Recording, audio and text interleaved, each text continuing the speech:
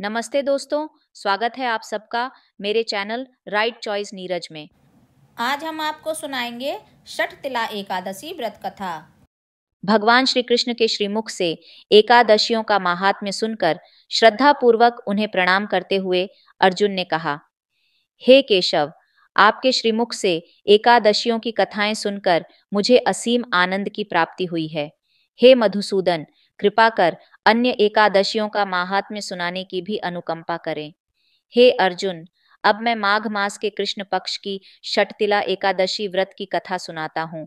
एक बार दालभ्य ऋषि ने पुलस्त्य ऋषि से पूछा, हे ऋषि श्रेष्ठ, मनुष्य मृत्युलोक में ब्रह्म हत्या आदि महापाप करते हैं, दूसरे के धन की चोरी तथा दूसरे की उन्नति देखकर ईर्ष्या आदि करते हैं। ऐसे महान पाप मनुष्य क्रोध, ईर्ष्या, आवेग और मूर्खतावश करते हैं और बाद में शोक करते हैं कि हाय, यह हमने क्या किया। हे महामुनि, ऐसे मनुष्य को नरक से बचाने का क्या उपाय है? कोई ऐसा उपाय बताने की कृपा करें जिससे ऐसे मनुष्य को नरक से बचाया जा सके, अर्थात उन्हें नरक की प्राप्ति न हो। ऐसा कौन सा दान पुण्य है जिसके प्रभाव से नरक की यातना से बचा जा सकता है? इन सभी प्रश्नों का हल आप कृपा पूर्वक बताइए। दालभ्य ऋषि की बात सुन पुलत्स्य ऋषि ने कहा, हे मुनि श्रेष्ठ, आपने मुझसे अत्यंत गूढ़ प्रश्न पूछा है। इससे संसार में मनुष्यों का बहुत लाभ होगा। जिस रहस्य को इंद्र आदि देवता भी नहीं जानते, वह रहस्य मैं आपको अवश्य ही बताऊंगा। माघ मास आने पर मनुष्य को स्नान आदि से शुद्ध रहना चाहिए और इंद्रियों को वश में करके तथा काम, क्रोध, लोभ, मोह, ईर्ष्या तथा अहंकार आदि से सर्वथा बचना चाहिए। पुष्य नक्षत्र में गोबर, कपास, तिल मिलाकर उपले बनाने चाहिए। इन उपलों से 108 बार हवन करना चाहिए। जिस दिन मूल नक्षत्र और एकादशी तिथि हो, तब अच्छे पुण्य देने वाले नियमों को ग्रहण करना चाहिए।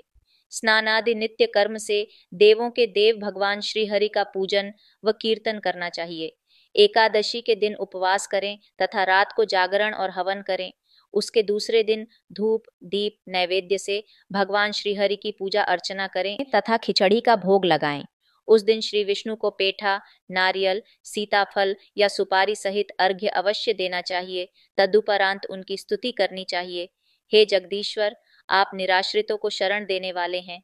आप संसार में डूबे हुए का उद्धार करने वाले हैं।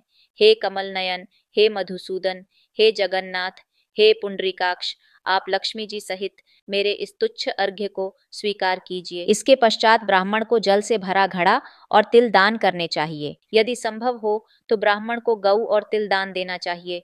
इस प्रकार मनुष्य जितने तिलों का दान करता है, वह उतने ही सहस्र वर्ष स्वर्ग में वास करता है। तिल स्नान, तिल की उबटन, तिलोदक, तिल का हवन, तिल का भोजन, तिल का दान, इस प्रकार 6 रूपों में तिलों का प्रयोग षटतिला कहलाती है। इससे अनेक प्रकार के पाप नष्ट हो जाते हैं।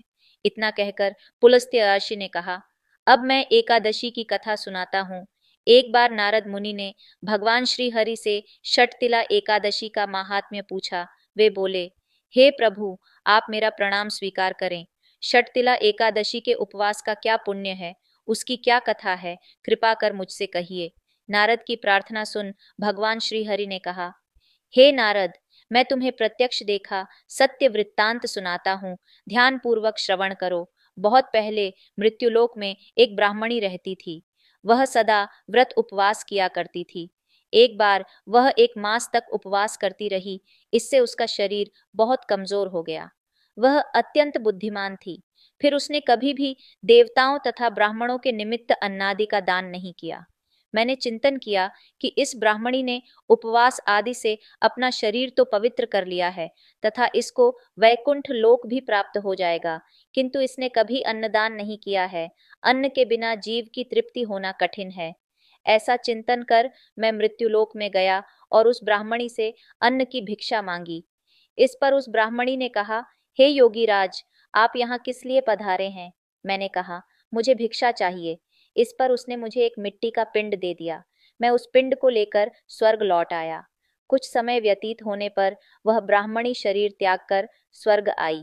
मिट्टी के पिंड के प्रभाव से उसे उस जगह एक आम वृक्ष सहित घर मिला, किंतु उसने उस घर को अन्य वस्तुओं से खाली पाया। वह घबराई हुई मेरे पास आई और बोली, हे प्रभु, मैंने अनेक व्रत आदि से आपका पूजन किया है, किंतु फिर भी मेरा घर वस्तुओं से रिक्त है। इसका क्या कारण है? मैंने कहा, तुम अपने घर जाओ और जब देव स्त्रियां तुम्हें देखने आए तब तुम उनसे षटतिला एकादशी व्रत का माहात्म्य और उसका विधान पूछना। जब तक वह न बताएं तब तक द्वार नहीं खोलना।